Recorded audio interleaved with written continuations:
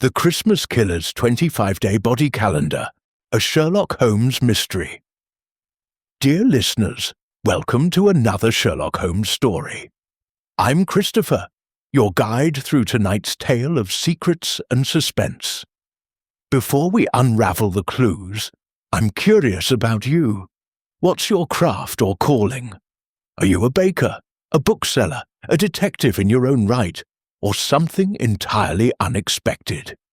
Share it in the comments. I love learning about our clever and curious community. Now settle in and let's step into tonight's story. Chapter 1. It was a bitter morning in late November when the first box arrived.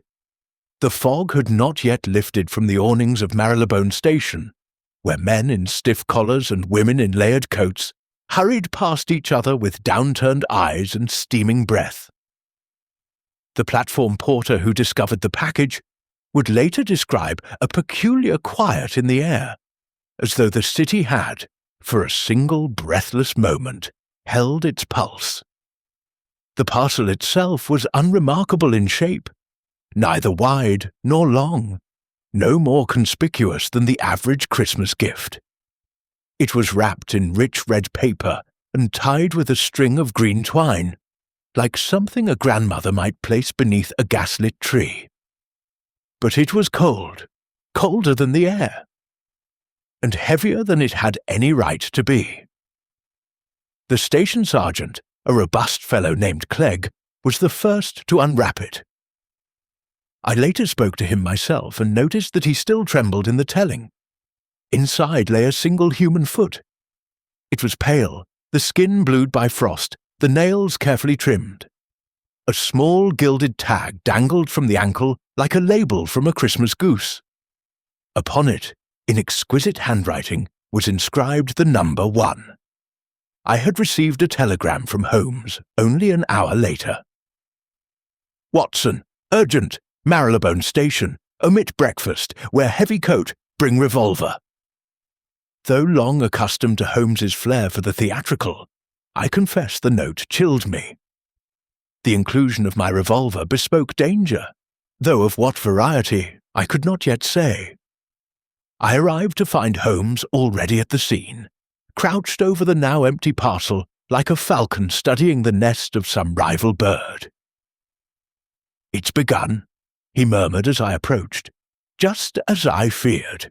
Holmes," I said, pulling my coat tighter against the wind, "what precisely has begun?" Rather than answer directly, Holmes gestured to the wooden crate beside him. The wrappings had been preserved in oilskin and placed upon a canvas sheet. His gloved hands moved gently, reverently, as he lifted the gilded tag and turned it in the grey light.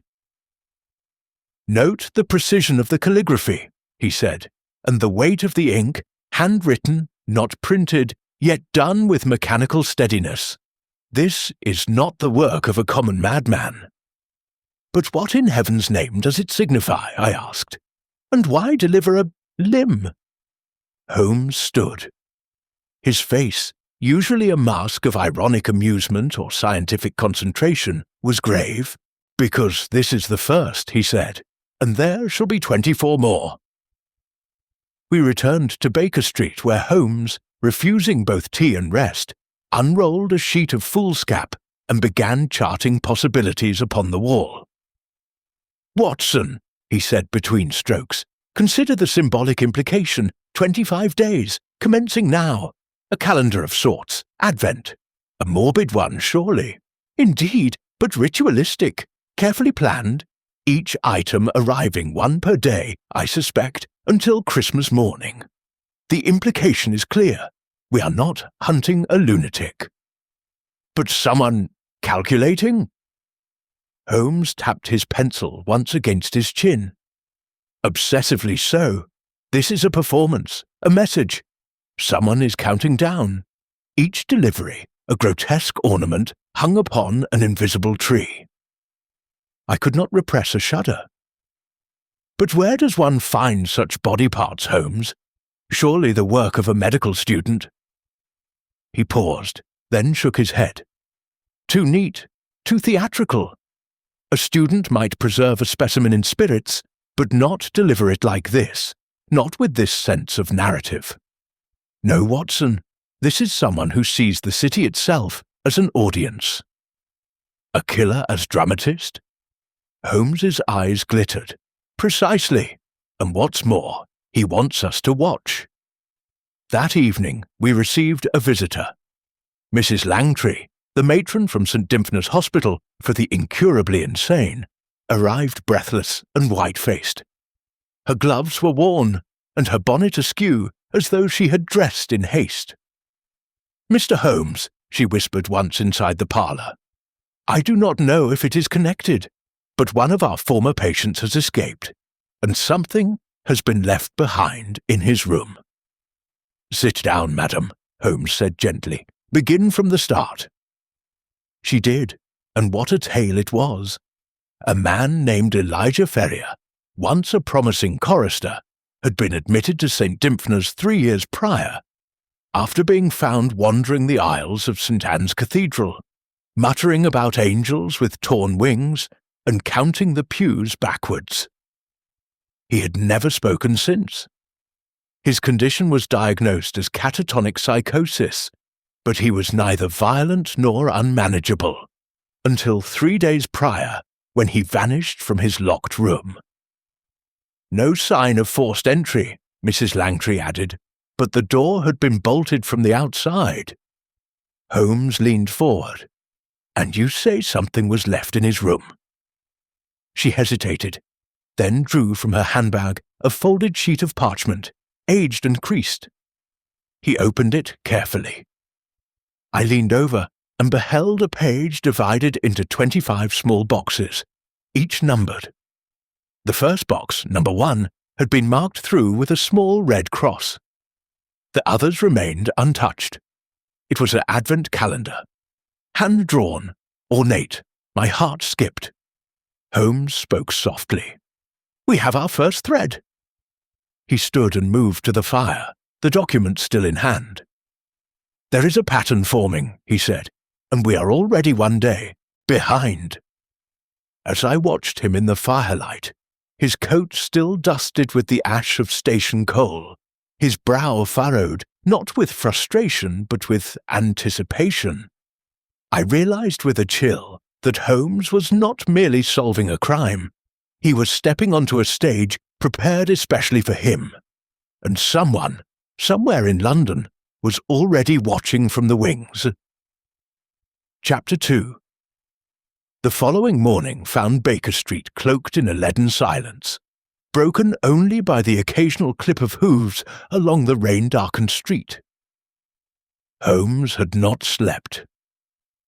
When I descended at 6:30, I found him standing at the window, arms folded, eyes fixed upon a solitary lamplighter on the far corner of Montague Square. He did not turn when I entered. "You slept?" "Fitfully," I admitted. "I kept dreaming of numbered coffins and crimson string." He gave the faintest of smiles. "Good. It means your mind is adjusting. You'll need it, Watson. I suspect today will not be kind." He was correct. Before the clock struck 7, a second parcel had arrived, this time delivered directly to the doorstep by a hansom cab whose driver promptly vanished into the traffic before Mrs. Hudson could even demand a signature. The box was smaller than the first, but wrapped identically, red paper, green twine. Holmes unwrapped it wordlessly, as though confirming an expected truth. Inside lay a human hand, preserved, gloved, the fingers elegantly splayed as if in mid-blessing. Like the first, it bore a golden tag. This one read too. "The curvature of the knuckles suggests a woman's hand," Holmes murmured as he examined the wrist joint beneath a magnifying lens. "Not aged, possibly late 20s, and look here." He tilted the palm toward the light. Beneath the glove, at the base of the thumb, lay a crescent-shaped scar, old but deep. Surgical, perhaps, or the remnant of a puncture. "Would the scar be meaningful?" I asked. "Meaning is a slippery thing, Watson. But patterns? Patterns are truth in disguise. He turned toward me. You recall the Advent chart from Ferrier's room? Yes, one box crossed out. Holmes pulled the paper from beneath a stack of telegrams. Now 2 boxes were marked through, number 1 in red, number 2 in black ink. This second mark was not present when Mrs. Langtry brought the chart, Holmes said, which means the killer is watching us, I finished quietly. Holmes merely nodded. By mid-morning, we were bound for Islington under a grey drizzle that had turned the city to ashen mirrors. Holmes had received word, an anonymous note pushed beneath the door, regarding a woman named Mrs. Abigail Thorne, a widow who had recently claimed to be the recipient of a musical visitation from her late husband. The phrase had captured Holmes's interest instantly. She claims, he explained as our cab jolted over cobblestones, to have heard her husband's voice singing outside her window, though he died 6 months prior. Delusion, I offered, common in grief. Indeed, but there's a detail the letter did not intend to highlight. Mrs. Thorne's husband was a choirmaster at St. Anne's. My breath caught. The same cathedral where Elijah Ferrier was found raving. Exactly. We arrived at a modest stone terrace, its windows shuttered against the weather. A solitary candle burning behind one pane. Mrs. Thorne greeted us in a black shawl, her eyes red-rimmed but alert. She was not hysterical, nor senile. Her voice, though soft, bore the clipped diction of a schoolteacher. And she led us directly to the parlour window, without preamble. "I've not told the constabulary," she confessed. "They'd mock me, but I swear it. He sang the hymn he always ended Christmas Mass with, the Coventry Carol." Holmes said nothing but looked intently at the space outside her window. I followed his gaze. There was no tree beneath it, no balcony or fire escape. Merely a brick alley below and the soot-stained opposite wall. "When did you hear it?" Holmes asked. "2 nights ago, just past midnight, clear as anything, and then again yesterday." "And did you look out?" "I did. The street was empty, but—" She hesitated, then reached beneath the windowsill and retrieved something wrapped in tissue. A music sheet. Yellowed, cracked at the edges, but the notes were unmistakable. The Coventry Carol, transcribed in a neat, unfamiliar hand. "I found it on my doorstep this morning," she whispered. Holmes unfolded it carefully. No signature, ink still fresh. He turned to me. "Watson, where's the cathedral service schedule?"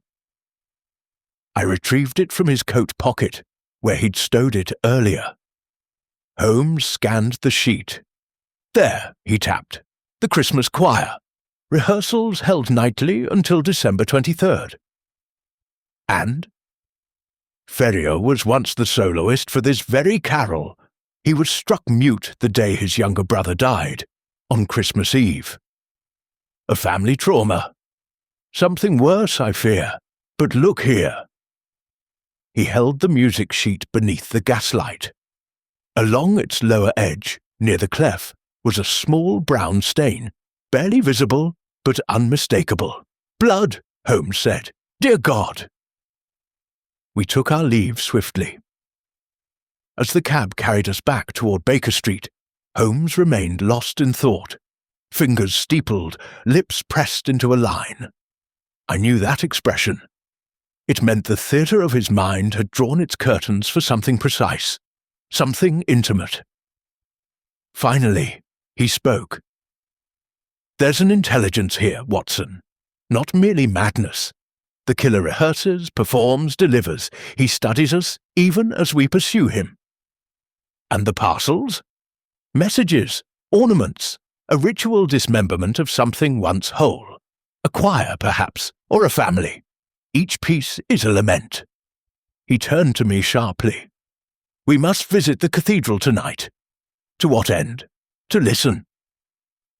That evening, beneath a darkened sky trembling with sleet, We crept into the rear gallery of St. Anne's Cathedral during choir rehearsal. The music floated like incense, soft, solemn, sacred. But Holmes was not watching the singers. He was watching the shadows. And then, without warning, he touched my arm. "There," he whispered, "left aisle, second column." I squinted. A figure, tall, narrow, stood just beyond the candlelight. Their coat was heavy, collar turned up.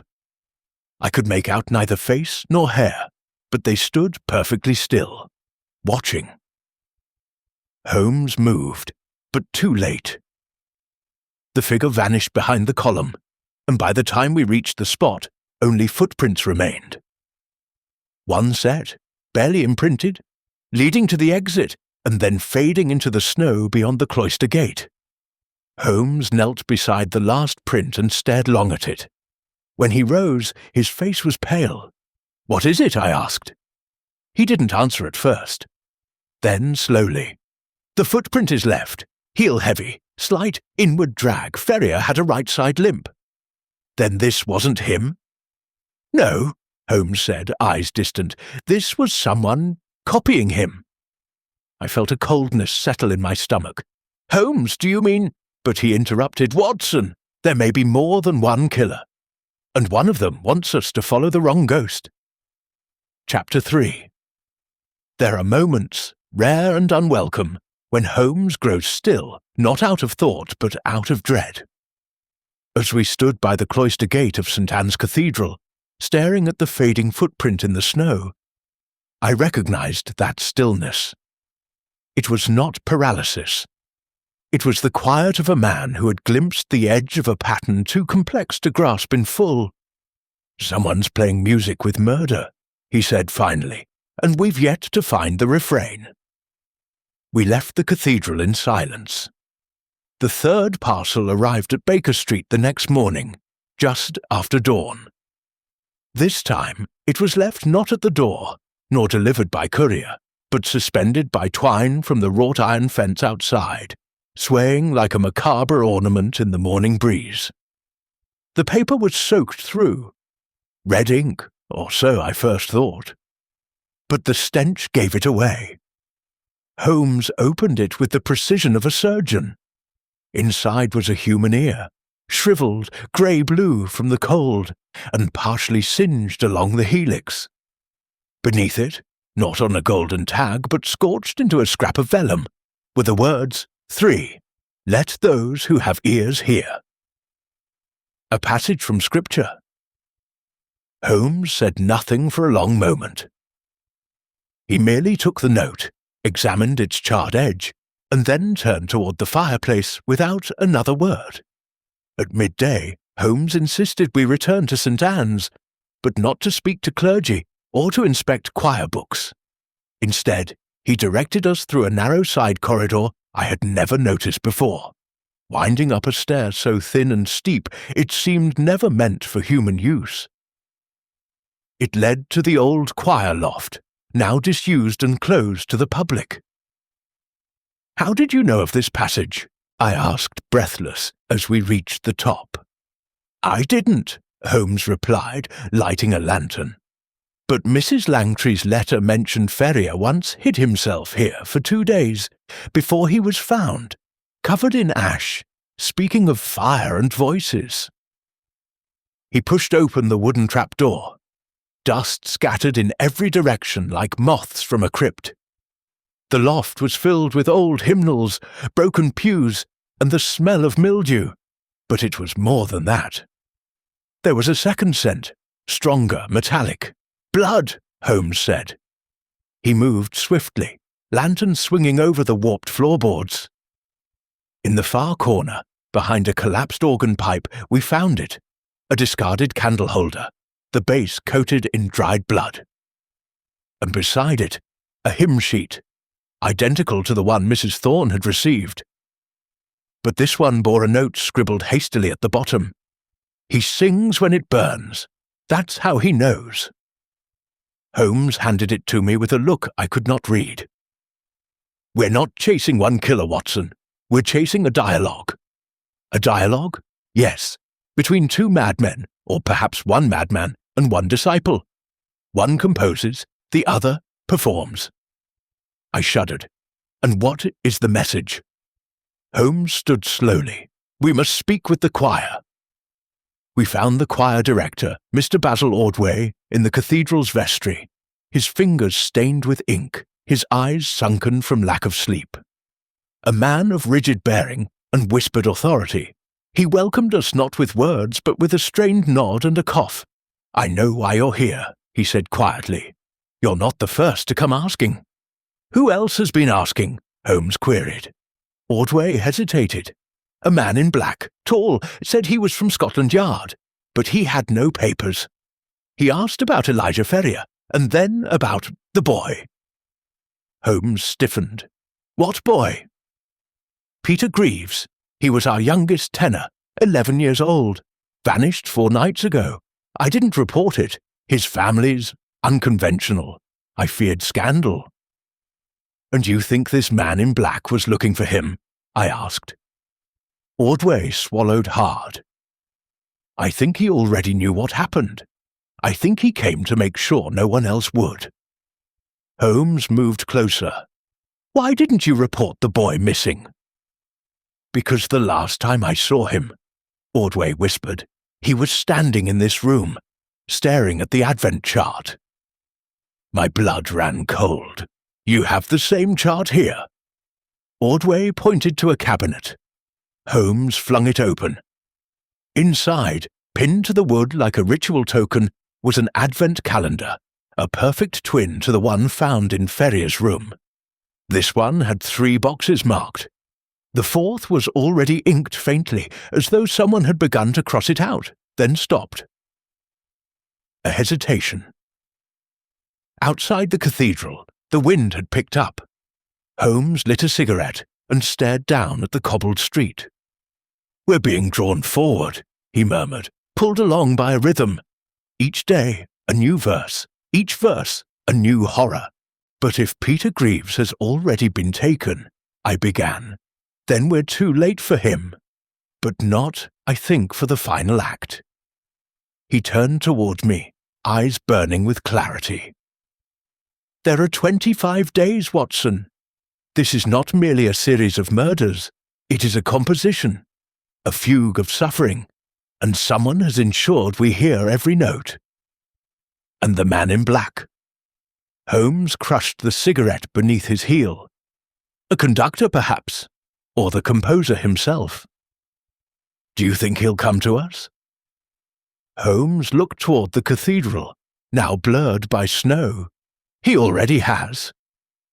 That night, long after the lamps had been extinguished and Mrs. Hudson had retired, I found Holmes in his dressing gown, seated in the armchair by the fire, his violin resting across his lap, untouched.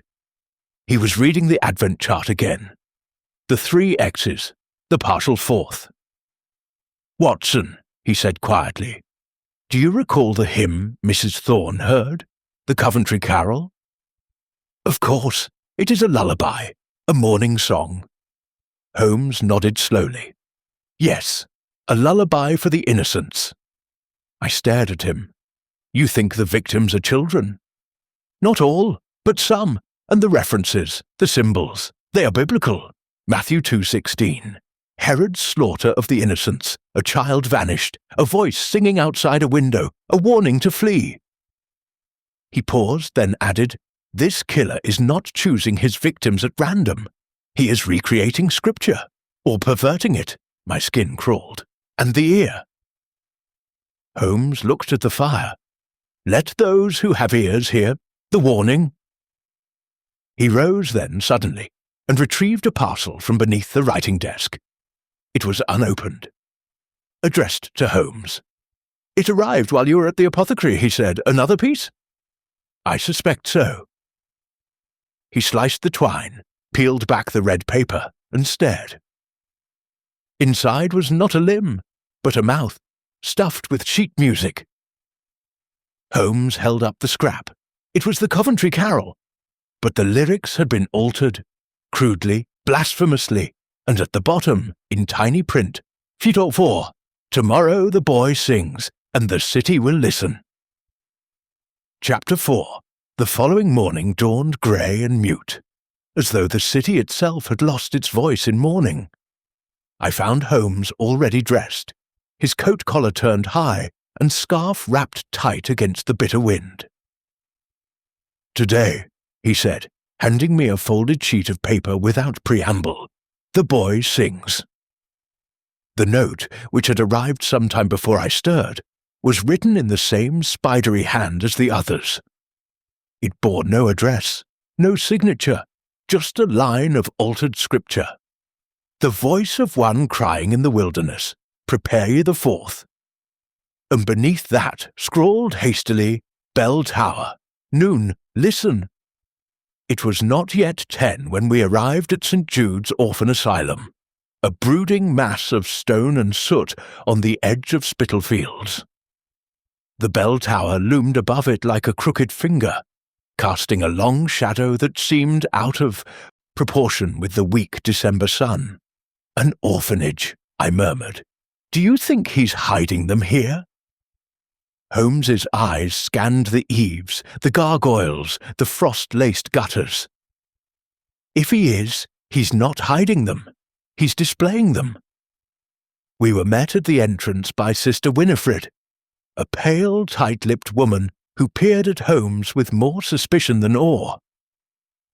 "Are you with the yard?" she asked, glancing warily at my coat pocket, where my revolver no doubt bulged.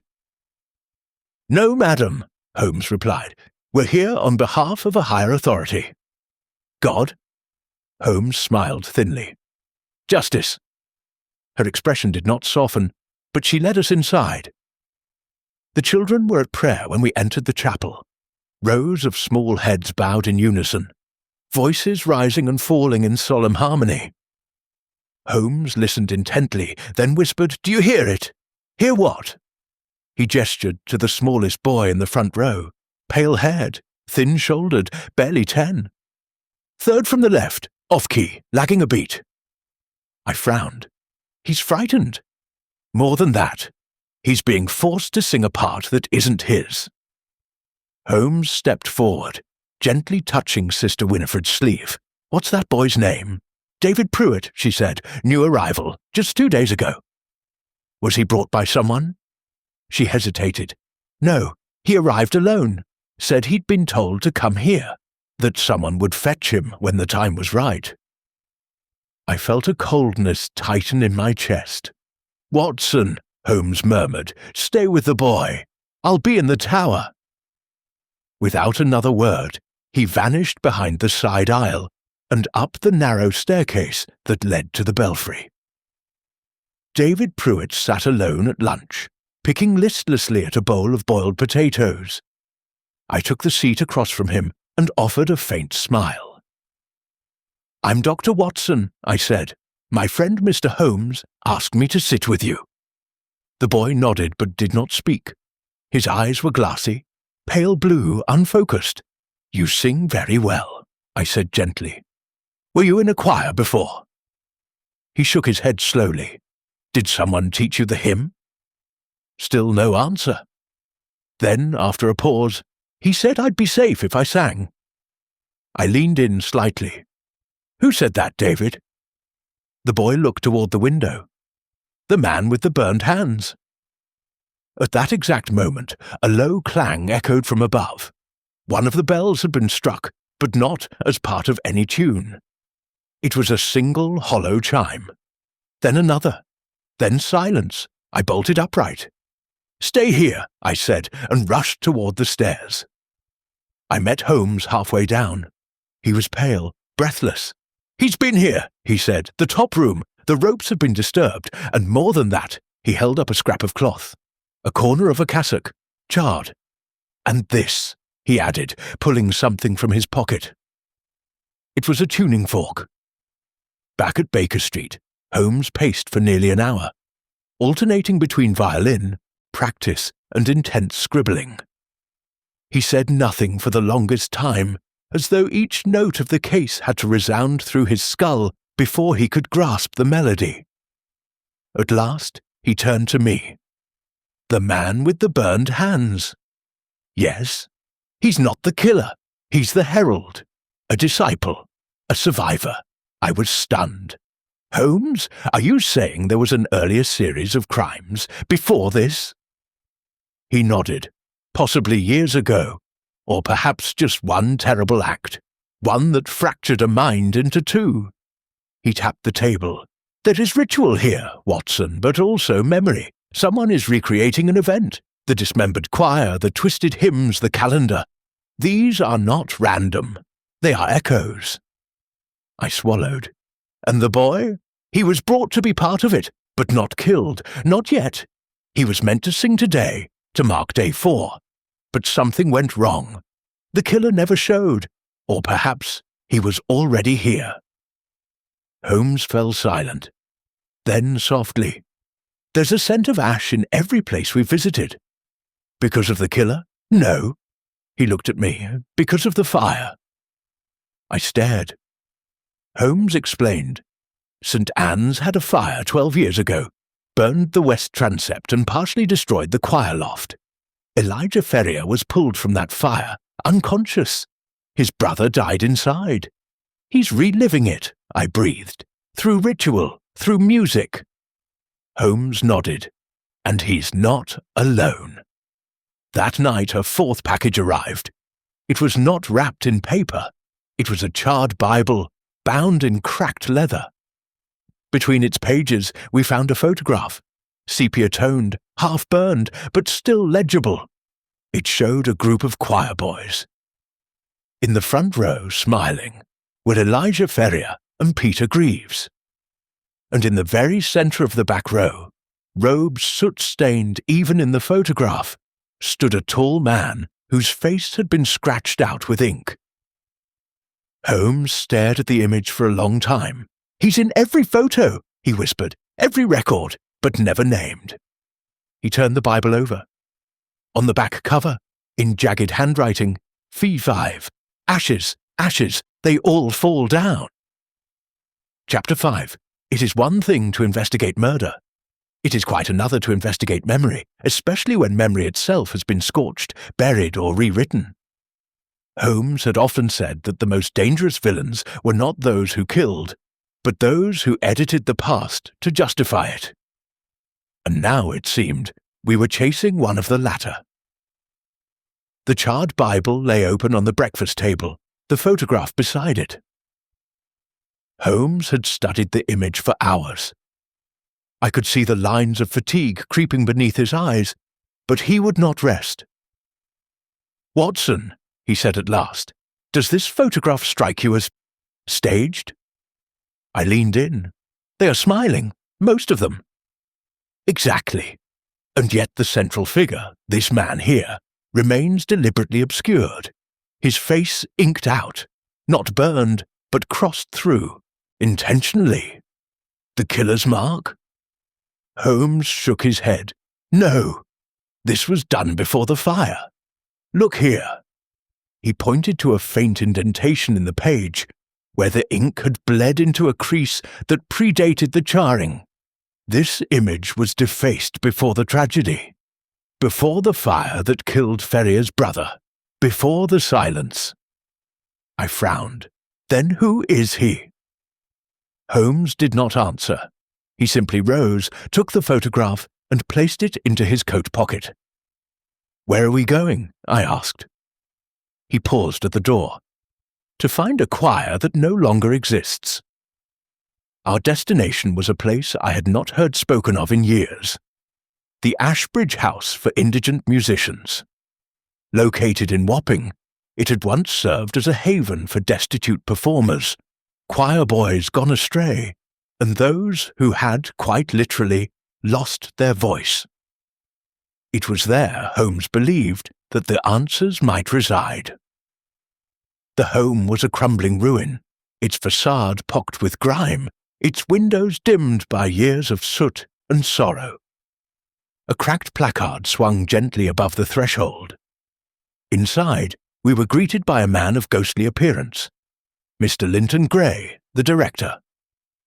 "I don't often receive visitors," he said with a wan smile, But when one carries that," he nodded at the photograph protruding from Holmes's pocket, "I suppose I must listen."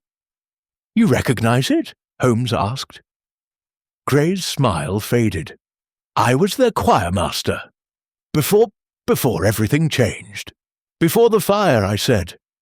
Gray nodded slowly. "And before he returned." Holmes's gaze sharpened. "Who returned?" "Do you believe in possession, Mr. Holmes?" Gray asked suddenly, voice low. "No," Holmes replied flatly. "Neither do I," Gray whispered. "But I saw something take hold of that boy." "Elijah Ferrier?" "No, the other, the one behind him." Holmes and I exchanged a glance. "There was a boy," Gray said, "who joined the choir late. A gifted singer. Older than the rest, taller, shyer. Name of Jonah Creed." A silence fell. Holmes stepped forward. "Creed. That name is not in any public record." "No," Gray said. "He asked for it to be kept quiet. He claimed his family had disowned him. I allowed it, foolishly. What happened to him?" Gray's eyes flickered toward the dark stairwell beyond the hall. "He disappeared 3 days before the fire. We thought he had run away, but then he trailed off." Holmes's voice was like flint striking stone. "But then Elijah went silent. The loft burned. His brother died, and Jonah Creed vanished from history." Gray looked down. "Some say he died in the fire. Others say he caused it. I never saw him again until a month ago." I inhaled sharply. "You saw him?" "In the gallery, during a performance by a travelling boys' choir. Just standing there, watching, same height, same hands, and his eyes, God forgive me, they were empty." Holmes's voice was low. "And did he speak?" Gray nodded. "Only one thing." He closed his eyes. "He said, 'The carol must be completed. 25 voices and 1 flame.'" Back at Baker Street, the atmosphere was electric. "Jonah Creed," Holmes muttered. "A name erased. A figure buried beneath smoke and guilt. He's the missing piece, Watson." "You believe he survived the fire?" "I do. And more than that, I believe he blames the world for what followed." I sat back. "And Ferrier?" "Perhaps he was the vessel. Perhaps the victim. But I no longer believe he's the architect." Holmes turned toward me. "The Advent calendar, the deliveries, the ritualistic cruelty, those are Jonah's compositions. Ferrier was just the first audience." I felt a terrible chill. "Then what's his goal?" Holmes lifted the Bible. "To finish what he started, the death of the choir, one voice at a time." We were interrupted by a sharp knock at the door. Mrs. Hudson entered, visibly shaken. "Mr. Holmes, a boy's here. Says he knows you. Refuses to speak unless he's alone with you." "Send him in," Holmes said. A moment later, the door creaked open. It was David Pruitt. The boy stepped forward, face pale, hands trembling. In his grip he held a tightly folded page. He said nothing, just handed it to Holmes. Holmes opened it slowly. It was a drawing. A man, tall and robed, stood over a choir of children. But the children were not singing, they were burning, and the man was smiling. On the back, written in childish scrawl, 6. The choirmaster returns tonight. Highgate midnight. He will light the 6th candle himself. I watched Holmes's face closely. He did not react, not outwardly, but I saw it, the faintest flinch in his left eyelid, and I knew we were being dared. He looked at the drawing one last time, and then at me. "Highgate," he said. "Holmes," I murmured, "what if it's a trap?" His voice was quiet. "Of course it's a trap, Watson."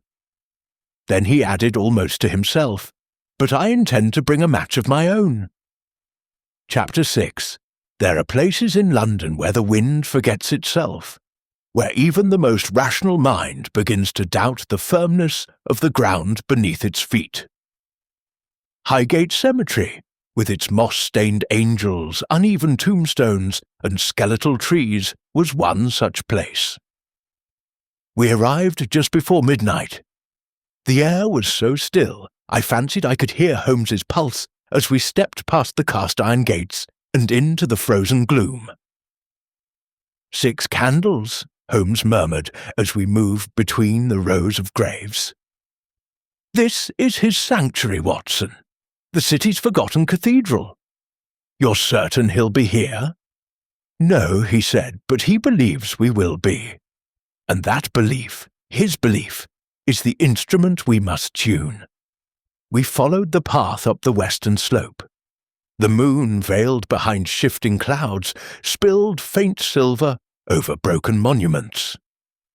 Somewhere ahead, a crow called once, then went silent. And then we saw it. A ring of small white candles stood arranged on the steps of a family crypt, half melted, but still burning despite the cold. In the centre, a 7th candle, unlit, stood upright in a tarnished brass holder. Holmes crouched low and examined the wax. These were lit less than 30 minutes ago. The wicks are too fresh to have burned long. He's close. I instinctively reached for the revolver in my coat. Suddenly, a voice broke the silence. "Dr. Watson, put it away!" I spun on my heel, firearm raised, but the speaker had already stepped from the shadows, tall, cloaked in black, and unarmed. Holmes stood slowly. "Jonah Creed, I presume." The man inclined his head. His face, so long obscured by fire and rumour, was gaunt, ghostly pale, and lined with a madness that did not twitch, but smiled. "You presume correctly, Mr. Holmes," he said, "but it is not yet your move." I kept my weapon trained on him. "You're unarmed," Creed chuckled. "I'm never unarmed. You brought yourselves to me. That was the only weapon I needed." Holmes's eyes narrowed.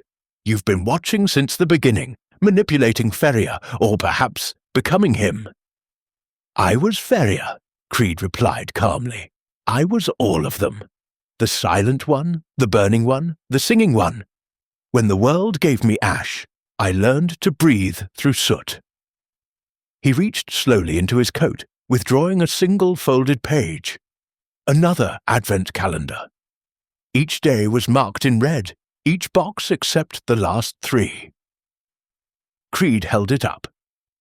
"Would you like to see what happens on the 25th? Holmes stepped forward. "Tell me what happened in the fire." Creed tilted his head, as if listening to a music only he could hear. "It wasn't fire," he whispered. "It was cleansing. The choir was impure. Their voices cracked. One of them lied. One of them stole. One of them kissed another boy behind the organ. It was all sin." His voice broke into a rasp. "I made them pure." Holmes's expression did not change. "You killed your own brother." Creed blinked. "No, Mr. Holmes, I killed the wrong boy, and I've spent every December since correcting the scale." There was silence. Even the wind seemed unwilling to interrupt him. Holmes took a measured step forward. "And what is the final note in your symphony, Mr. Creed?" Creed smiled. "Silence, of course." Without warning, he struck the central candle with his foot. The brass holder fell, clinking hollowly, and a small flame burst upward from the step. Holmes lunged forward, knocking me aside. "Watson, run! The tomb!" But I didn't run. Instead, I saw what Creed had planted beneath the brass. A fuse soaked in oil, leading to the half-open doors of the crypt behind us. Holmes tore it away with his boot, stamping the line out before it could catch. Creed fled. I pursued. We dashed through the cemetery paths, stumbling over roots and cracked stones, my breath sharp in my throat. Holmes was just behind me, coat flaring like a shadow. Creed reached the outer wall before I did, but as he climbed the rusted gate, Holmes tackled him from behind. They crashed to the ground. Creed struck wildly, but Holmes's grip was unrelenting. "Who helps you?" he demanded, voice hoarse. "Who delivers the parcels? Who writes the notes?" Creed only laughed. "Wild, unchained, utterly mad. I never wrote them," he cried. "The candles don't speak to me anymore." And then he stopped laughing. His body went limp, not from injury, but from a needle in his neck. Holmes knelt beside him, aghast. I arrived a second later, revolver drawn. Creed was unconscious, drugged. Holmes looked around frantically, but we were alone. No footsteps, no fleeing figure, only a whisper of ash on the wind. We brought Creed to St. Bartholomew's under strict guard. Lestrade, alerted by Holmes in advance, finally entered the case in earnest. But he arrived too late to prevent what happened next. Creed never awoke. Sometime between 3 and 5 that morning, he ceased breathing. No signs of trauma, no wound, no residue. Only a small slip of parchment found beneath his tongue. Holmes unfolded it slowly. It read 7. The singer sang too soon. The morning after Creed's death, Holmes stood at the fireplace, the Advent calendar spread across the mantel, staring as if willing it to speak. "We were wrong," he said finally. "About Creed? He was a conductor, yes, but not the composer. He believed he was orchestrating the murders, but someone else arranged the score. Then who?" Holmes turned toward me, and I saw something I had not seen in him since Reichenbach. Fear. Creed was being guided, Watson, fed visions, given victims, allowed to believe he was in control.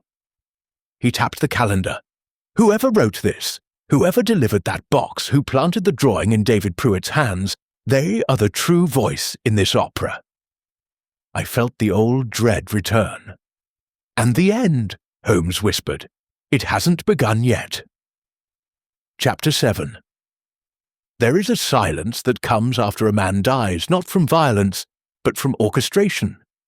Creed's death was not an accident, nor a mercy. It was a silencing, deliberate, clinical, and calculated. It was the kind of silence Holmes feared most. He stood at the mantel for hours, staring at the parchment retrieved from the dead man's mouth. 7. The singer sang too soon. "I misread the tempo," Holmes said softly. "Creed was a decoy, not a composer. A vessel built to carry notes written by another." I remained seated by the fire, notebook open, though I had yet to record a word. "Then we're back to nothing?" I asked. "Not nothing." Holmes paced, hands clasped behind his back. Creed knew something about the calendar, about the structure. "The symphony has movements, Watson. Ferrier began it, Creed sustained it, but someone else designed the score." He stopped, pointing at the Advent chart we had pinned to the wall. 7 boxes now marked, 18 yet untouched. Today is the 7th of December, and yet the deaths have slowed. "You think the killer's waiting?" "No," Holmes said grimly. "I think they're watching." At noon, a letter arrived. Not a parcel, not a note left by a child. A letter delivered by hand. The paper was of a fine quality, the handwriting neat, elegant, and eerily familiar. "Mr. Holmes, you missed the harmony in the discord, but perhaps you shall find it now. An old friend awaits you at Clarendon Hall. He sings again at dusk. Do come before the silence returns." A well-tuned observer. Holmes read the note thrice, then dropped it into the fire. "Clarendon Hall," he said, "abandoned since the war. Used for military convalescence during the fever outbreaks, and for 2 winters leased by the Church of New Light." I raised an eyebrow. "A cult?" "A fringe sect," Holmes said. "More theatre than theology. But they were known for strange practices. Ritual singing, isolation chambers, prayer through deprivation." "And how does this connect?" Holmes turned toward me, his voice calm but his eyes sharpened. One of their founding priests was named Jonas Creed, Jonah's father. Clarendon Hall loomed like a forgotten organ, all crumbling brick and arched windows, long since blinded by grime. The gardens were overgrown with vines that curled like fingers around rusted benches and shattered lantern posts. We approached the side entrance cautiously, stepping over broken masonry and damp leaves. Inside, the air was heavy with mildew and the scent of damp paper.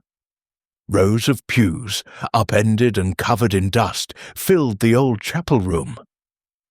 In the centre, beneath a stained-glass depiction of St. Cecilia, the patroness of music, stood a single chair, and in that chair sat a man, alive just barely.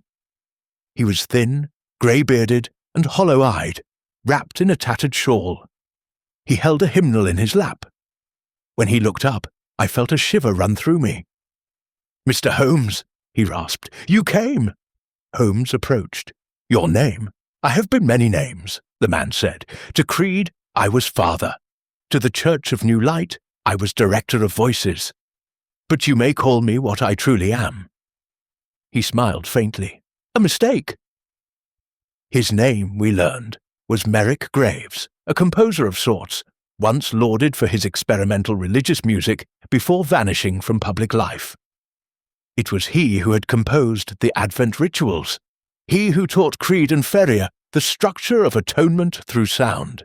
"It was never meant to kill," Graves whispered, "only to cleanse." Holmes knelt beside him. "You built the calendar."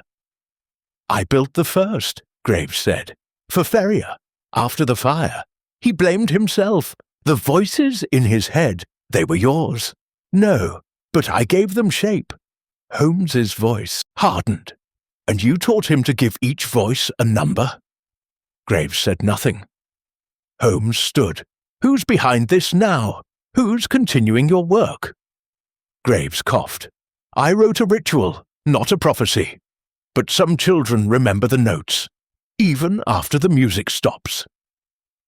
Holmes turned to me, his face unreadable.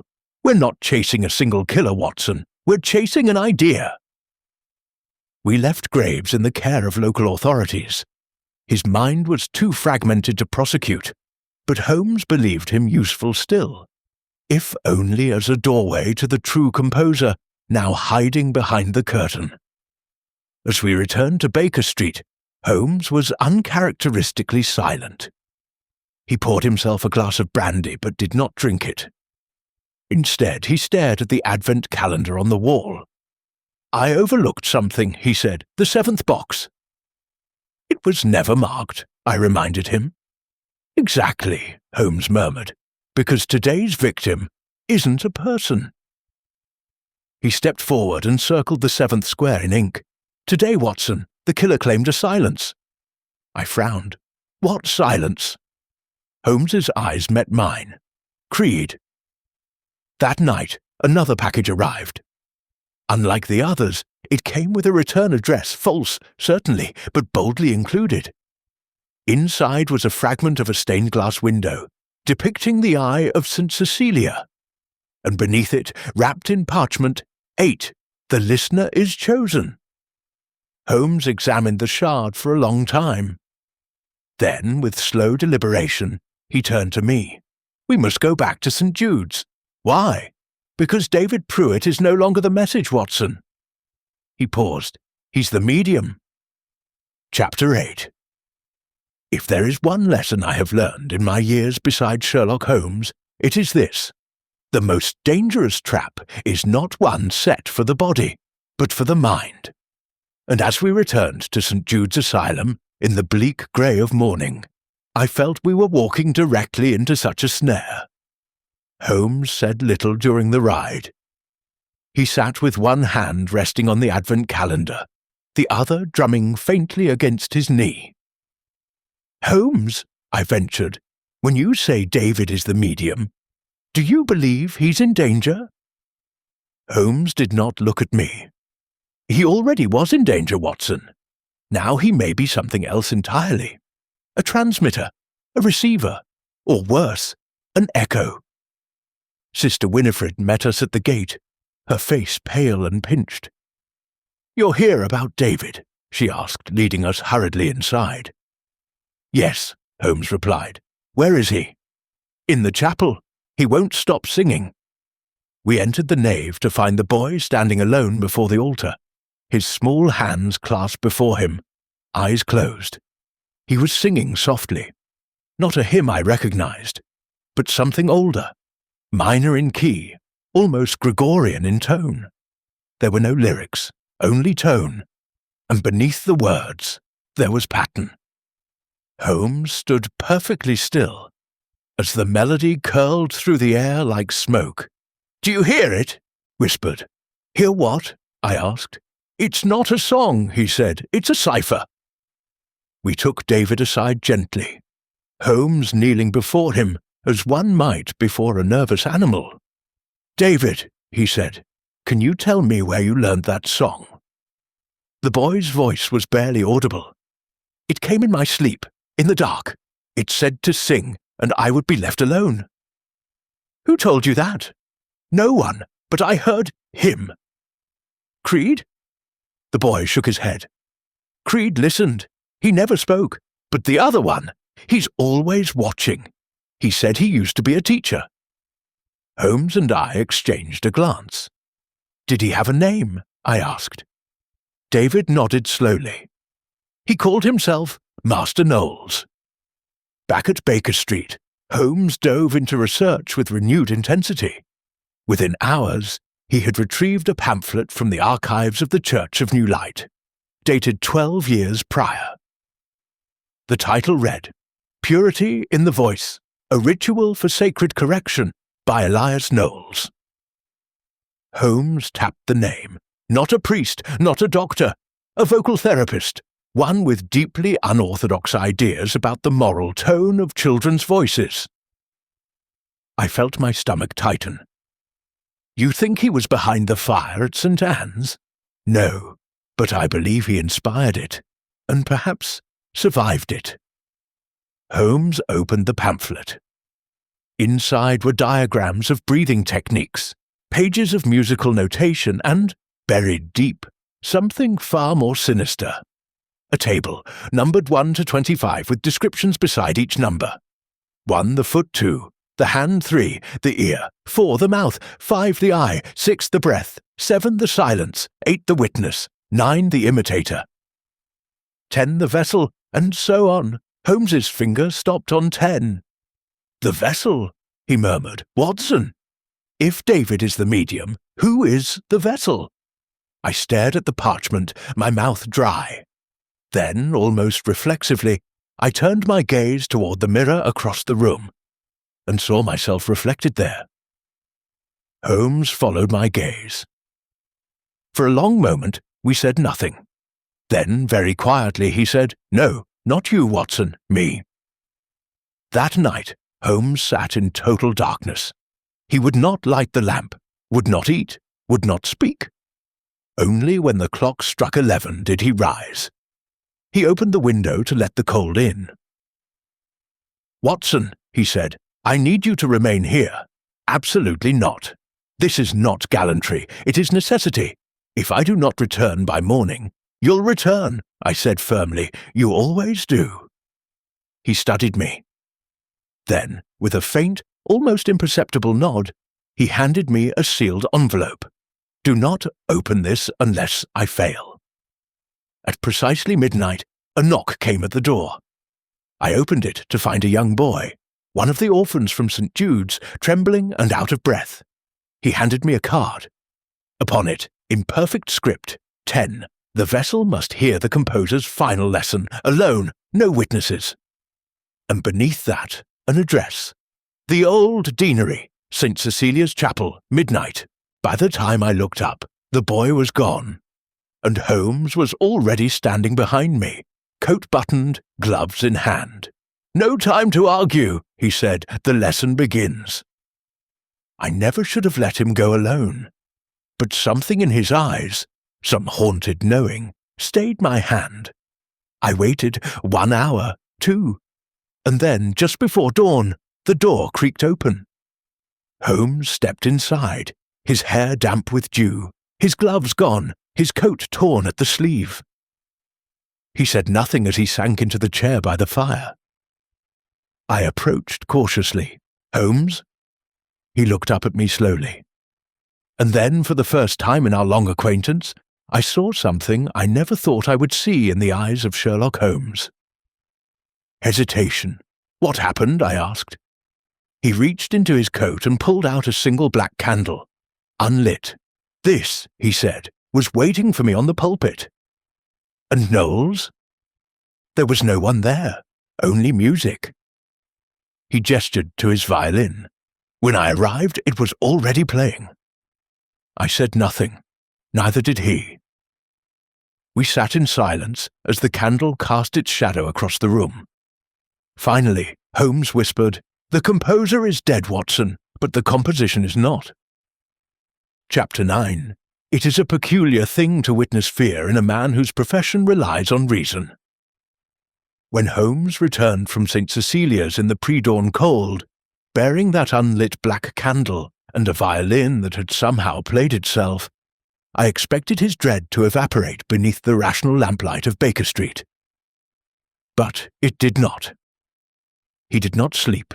He did not speak for nearly 5 hours. He simply stared at the calendar on the mantel. 10 boxes marked, 15 untouched.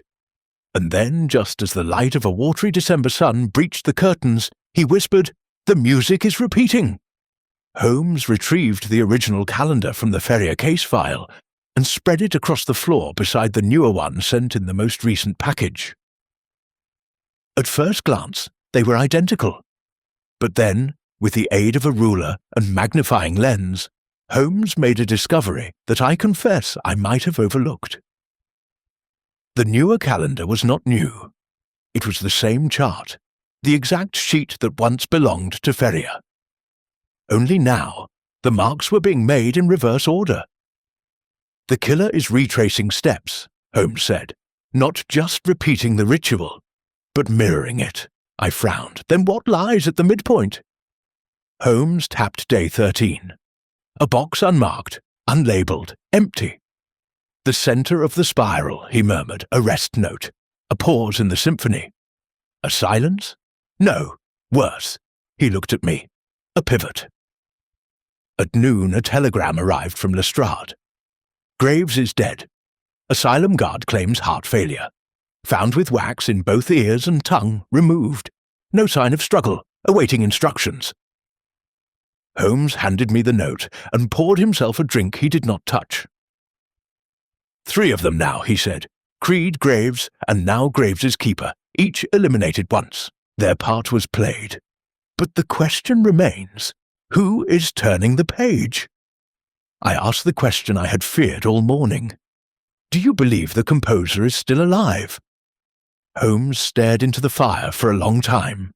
Then, no. "But the composition continues." "Yes," he turned toward me, "which means someone else has taken the baton." That evening, we returned to Ashbridge House, the home for indigent musicians. Mr. Linton Gray, the caretaker who had first spoken of Ferrier's breakdown, greeted us at the door, this time with none of the weariness I had remembered. He seemed energized, too energized. Holmes noticed it immediately. "Mr. Gray," he said, "I believe you knew Jonah Creed well." "I did," Gray replied. "I helped him compose, taught him harmony. He was talented, but unstable." "And Elias Knowles?" Gray's jaw tightened. "A ghost, a cruel one. But he's gone now, isn't he?" Holmes didn't answer. He simply walked past Gray and into the music room without invitation. There, on a cracked wooden desk, sat a freshly inked score. Holmes ran his finger down the notes, then stopped. "Watson," he said quietly, "the notes spell something." I joined him, squinting. Holmes tapped each note, G-A-D-B-E-D, then read aloud, "Gadbed." It meant nothing, until Holmes reversed it. "Debdag." I blinked. "Debdag." Holmes's expression turned to steel. "Deborah Dagwell," he said, "choir girl, died in the St. Anne's fire. Her name was buried in the inquest, never formally acknowledged. And this is her resurrection." We turned to find Gray standing in the doorway. But he was no longer smiling. "Deborah was my niece," he said. "She was pure. They said she started the fire, lied, covered it, buried her like she didn't matter." Holmes stepped between us. "You've been rewriting the ritual." Gray's voice dropped. "I've been finishing it. Creed was your tool. Creed was a blunt instrument. I gave him purpose, but he lost his way. The others, Graves, the priests, they wanted control, correction. I want remembrance." Holmes's tone grew colder. "So you send children to deliver pieces of corpses to my door?" Gray's face was pale, but his hands did not shake. "I did what was needed," he said, "so that when the bell rings on the 25th day, they will all be heard again." Holmes's voice was barely a whisper. "There is no choir left." Gray smiled. "There will be. We had him arrested that very night. The yard arrived before he could flee. They found nothing overtly incriminating, no remains, no altar, no candle. But Holmes had his proof. The score, written in code, only a handful of people would understand." Still, Gray was calm as they dragged him from the house. At the door, he turned back to Holmes. "You're too late, detective." Holmes didn't flinch. "Why?" Gray smirked. "Because I was never the composer." And then he added, almost gently, "You were." Back at Baker Street, I found Holmes pacing as if his very thoughts burned. "What did he mean?" I asked. "That you're the composer?" Holmes didn't look at me. He simply opened his drawer, pulled out the letter I had never been meant to read, the one he had given me the night he went to St. Cecilia's. He handed it to me in silence. I unfolded it. "Watson, if I do not return, know this. The one who orchestrates this music believes they know me. They believe I will understand. If they win, it will be because they used me to conduct their final act. Do not let me, S.H." I looked up. Holmes's voice was quiet. "They've been writing to me, Watson, not just to horrify, but to be heard. Every note, every delivery, for my attention. And now?" He turned to the fireplace, staring into the flames. "Now, I'm beginning to listen." Chapter 10. There is a moment in every investigation when one stops pursuing the villain and begins chasing the idea behind him.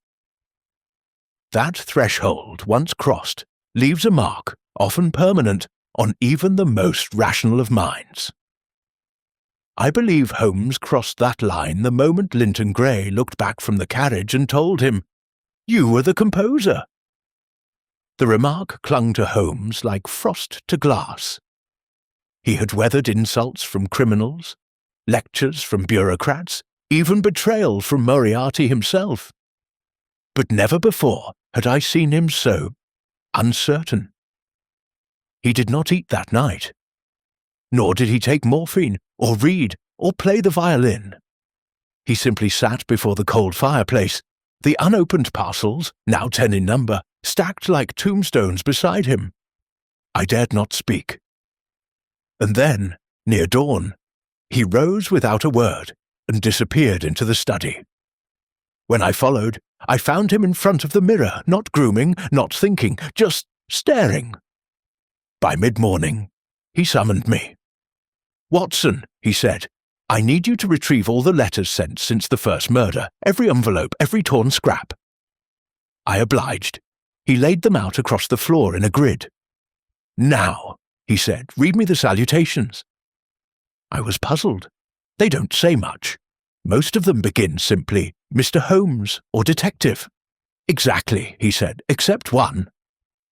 He pulled the first note from the Ferrier parcel, the one that accompanied the severed foot. It was unsigned. But in the corner, written in a near-invisible hand, was a salutation I had never noticed before. To the only one who listens in silence. I looked at Holmes. He did not meet my gaze. I thought it poetic at the time, he said. Now I think it was specific. Holmes asked that we visit the Royal Academy of Music. An odd detour, I thought, until he explained. There was once a vocal prodigy here, he said, who sang at Westminster, composed sacred music, and was nearly offered position as court tutor before the war. What happened to him? He vanished. Some say he took his own life. Others say he lost his voice and was institutionalized, but the Academy kept his works under lock and key. And his name? Holmes stopped at the foot of the great library stairs. Sebastian Arledge. I frowned. That name hasn't surfaced once in this case. No, Holmes said, because Arledge wasn't a suspect. He paused. He was my tutor. The librarian at the Academy was reluctant to release the files, but Holmes's name opened doors. We were led to a small archival room, filled with rows of manuscripts.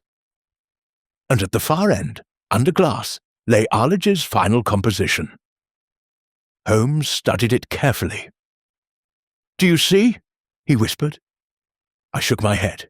"The notes, Watson. They match the same numeric sequence as the Advent deaths." He ran his finger along the staff. "Foot, hand, ear, mouth, eye, breath, silence." "Arledge wrote the original ritual," Holmes said. "Long before Ferrier, before Creed. It all began with him." "But why the secrecy?" I asked. "Why would he vanish? Why erase his name?" Holmes's eyes were distant. "Because I was his final pupil." We returned to Baker Street in silence. Holmes went directly to the mirror once more. Only this time he placed Arledge's manuscript beside it. "Don't you see, Watson?" he said. "It was never about me solving the case. It was about me becoming part of it." I shook my head. "You're not thinking clearly. Arledge is gone." Holmes turned sharply. "Is he?" He opened a drawer and retrieved the black candle from St. Cecilia's.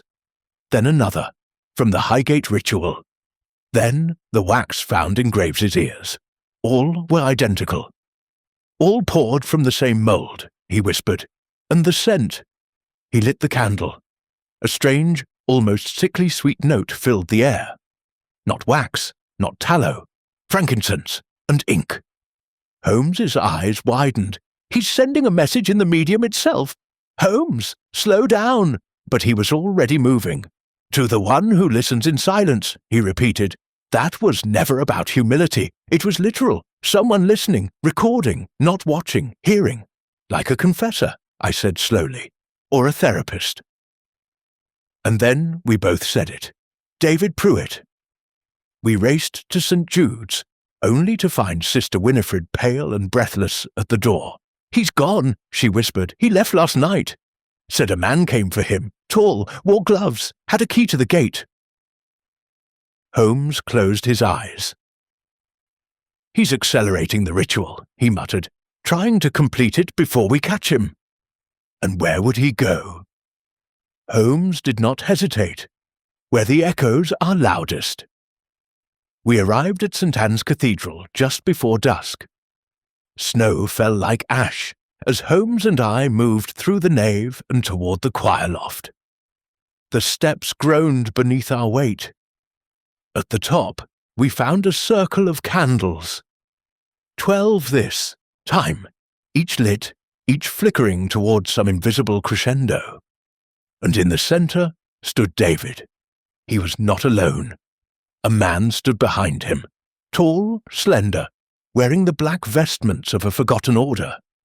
His face was heavily lined, his beard grey, but his eyes burned with youth. Sebastian Arledge, alive and conducting. Holmes stepped forward. "Let the boy go." Arledge didn't flinch. "The boy wants to sing. He's the only one who still hears the melody. You wrote this madness. I wrote a map, Holmes, and others have walked it poorly. Now, I will finish it properly." No more missteps, no more creed, no more graves.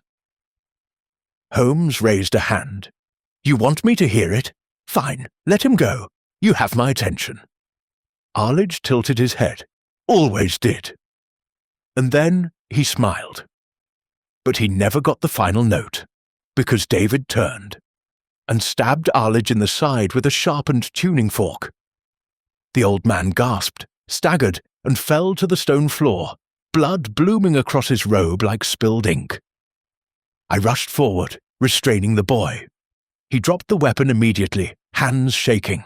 I didn't want to sing any more, he whispered. Holmes knelt beside Arledge. The composer's final breath was not a scream. It was a whisper. It was never about death. Back at Baker Street, Holmes poured 2 glasses of whiskey, but drank neither. He simply stared at the unlit calendar on the wall. All of them believed they were composing something sacred, he said, but none of them understood the cost. Do you? Holmes finally looked at me. His voice was quiet. The most dangerous symphonies are the ones that echo long after the composer has died. Chapter 11. It is a cruel twist of fate that the closer one draws to the solution of a mystery, the less satisfying its revelations become. Arledge was dead. The boy was safe. The circle of candles at St. Anne's extinguished. And yet Sherlock Holmes did not rest. That night, he did not speak to me. He did not smoke or pace or scribble notes, as he often did when wrestling an intellectual puzzle into submission. Instead, he sat before the hearth with the Advent calendar spread across the rug, its 13 marked boxes staring back like a row of blackened teeth. Only 12 were accounted for. One remained unexplained. Holmes tapped the 13th box again and again with the blunt end of a fountain pen. Holmes, I said, Arledge is dead, Creed is dead, the church is shut, the ritual's broken. He did not answer.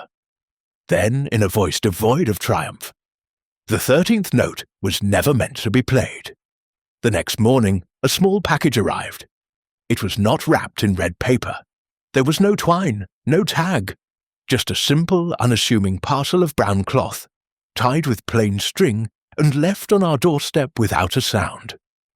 Inside was a single object, a sheet of vellum, aged and brittle, and on it, drawn with painstaking precision, was a mirror, or rather, a symbol of one, a circle etched with delicate runes and inscribed in Arledge's unmistakable hand.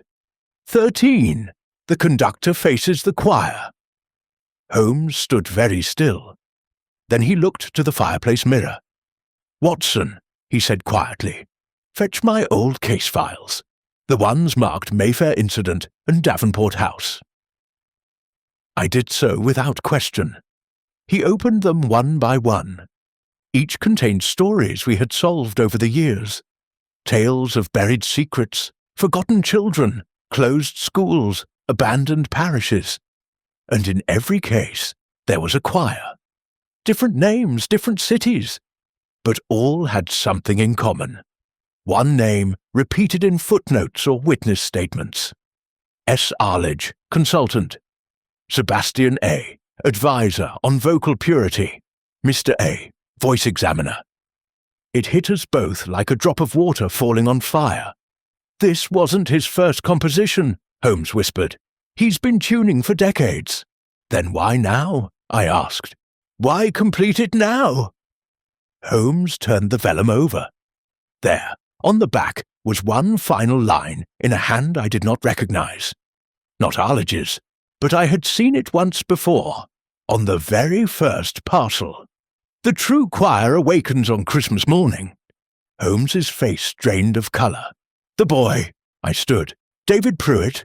No, Holmes said. Not any more. He grabbed his coat. We've been playing this backward, Watson. Arledge was never the composer. He opened the drawer and pulled out a note from Graves's file, the one bearing the waxed seal of the Church of New Light. He turned it upside down. The symbol wasn't a seal. It was a sigil, matching the one burned into the back of the final Advent calendar. Holmes stared at me, realization spreading like ink in water. We stopped the conductor, but the choir is still singing. We rushed to St. Jude's Asylum once more, but the gates were open. No guards, no staff, only silence. And then, faintly, from the basement chapel, a voice, not one voice, many, children singing softly, in unison, a song I could not place. It sounded wrong. Off-key, off-rhythm, but synchronized, mechanical. Holmes and I descended the stone steps, pistols drawn. The doors were cracked. And inside the candlelit chamber stood David Pruitt, facing a semicircle of 12 other children, each holding a black candle, each singing with empty eyes. David raised a hand, and the song stopped. He turned slowly. When he spoke, his voice was not the one we knew. "The conductor is dead. The choir is complete." Holmes did not move. "David," he said softly, "who taught you the notes?" David smiled. "No one teaches the wind to move." We backed out slowly, Holmes whispering under his breath, "They're not possessed, Watson. They're programmed, conditioned. Each ritual wasn't just a killing. It was a rehearsal." We reached the top of the stairs. Behind us, the song resumed, this time in perfect harmony. Later that evening, Lestrade arrived to shut the facility down. The children were taken to medical care, their memories vague, patchy, many claiming to have dreamt of candles and choirs, but remembering no faces.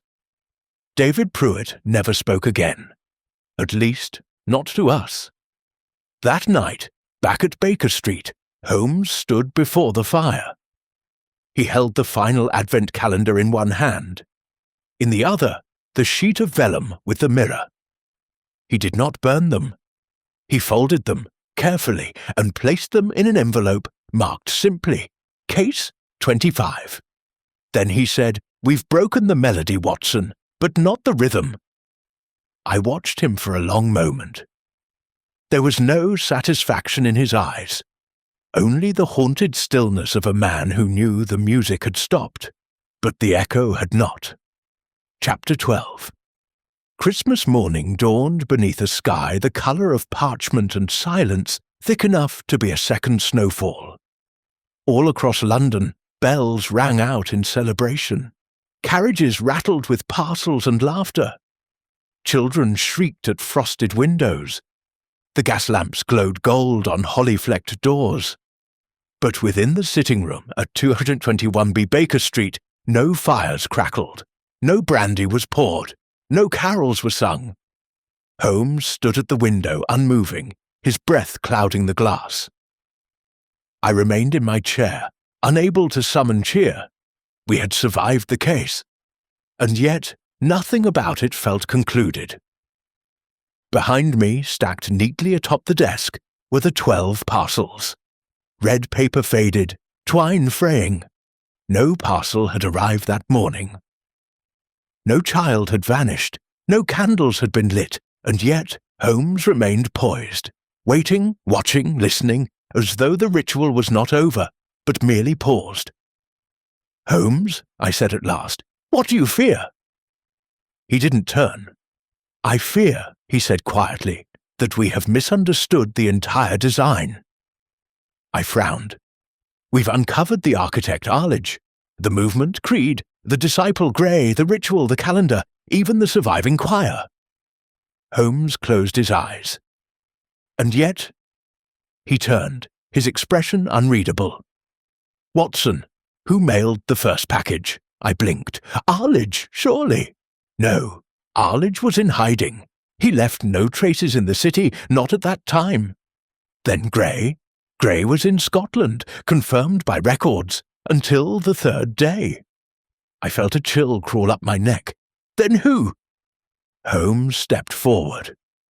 He placed the Advent calendar on the table, spread it flat, and pressed it beneath a pane of glass. Then he lit a match. The warmth caused faint ink, invisible to the eye, to rise like breath from cold skin. There, inscribed along the central vertical axis of the calendar, in faded brown, "He who listens shall lead." Beneath it, a final line. The 25th is not the end. It is the first true note. "Watson," Holmes said slowly, "we've treated this as a countdown, but it is, in fact, a prelude." "To what?" Holmes's voice dropped. "A composition we've yet to hear." At that moment, a knock came at the door. A uniformed boy, no older than 10, stood there, face red from the wind. He held a letter. No parcel, just a folded note. "For Mr. Holmes," he said. Holmes opened it without expression. There was no message, no threat, no verse, only a musical staff, on which sat a single note, middle C. Holmes stared at it for a long time, then turned it over. One word, scrawled. "Begin." We took the child inside. Fed him, asked him questions. He remembered nothing. Said a man handed him the note near St. Martin's Lane. No name, no face, only a coin and a smile. He had never seen Holmes before in his life. Holmes sent him home with a coin of his own, and a warning never to take letters from strangers again. Then he turned to me and said he's still out there. "Who?" Holmes did not blink. "The one who conducted them all." That night, I found Holmes digging through a locked drawer I had seen only once before in my life. Inside it were notes, sketches, and audio transcriptions written in Holmes's hand, but based on voices and rhythms he had recorded over the years. Chants, footsteps, knocking sequences, sobbing. He pulled one from the pile and laid it beside the Advent chart. It matched. Exactly. "Watson," he said softly, "this wasn't a murder ritual. It was a summoning." I stared at him. "A summoning?" He nodded. "Not of spirits, but of attention. A kind of auditory cipher. Each death, each song, each fragment, like a tuning fork struck against the bones of the city." He tapped the calendar. It was never about who died. It was about who heard it. I felt a deep cold settle over me. "You mean someone was waiting to hear it completed?" "No." Holmes turned toward the fire. "Someone was always listening." Christmas passed quietly. The city exhaled. The papers published short articles about the choir killer, blaming Creed and closing the book. Lestrade sent Holmes a bottle of port and a thank-you note. And yet, Holmes burned the Advent calendar in silence. He kept only one thing. The first note. Middle C, pinned on the wall above the fireplace. A reminder that the true song had not yet begun. On Boxing Day, I found Holmes gone. Only a note on my writing desk. Gone to Cambridge. An address left in Arledge's earliest files. A chapel built in a circular quay. Acoustics not seen since Rome. Back by New Year, unless I hear the final note. S.H. I sat at the fire for hours that evening, the faint smell of burned wax lingering in the walls, the echo of the boys' choir still coiled in my ears. And I wondered, as Holmes must have, if the true composer had yet made his entrance. For some things cannot be stopped. They can only be heard. And some music, once begun, plays not to an audience, but through it. Final line, Sherlock Holmes spoken to me before he left. "Watson, if you ever hear a choir with no source, no children, no chapel, no singers, do not follow the sound. Just remember the calendar and close the door."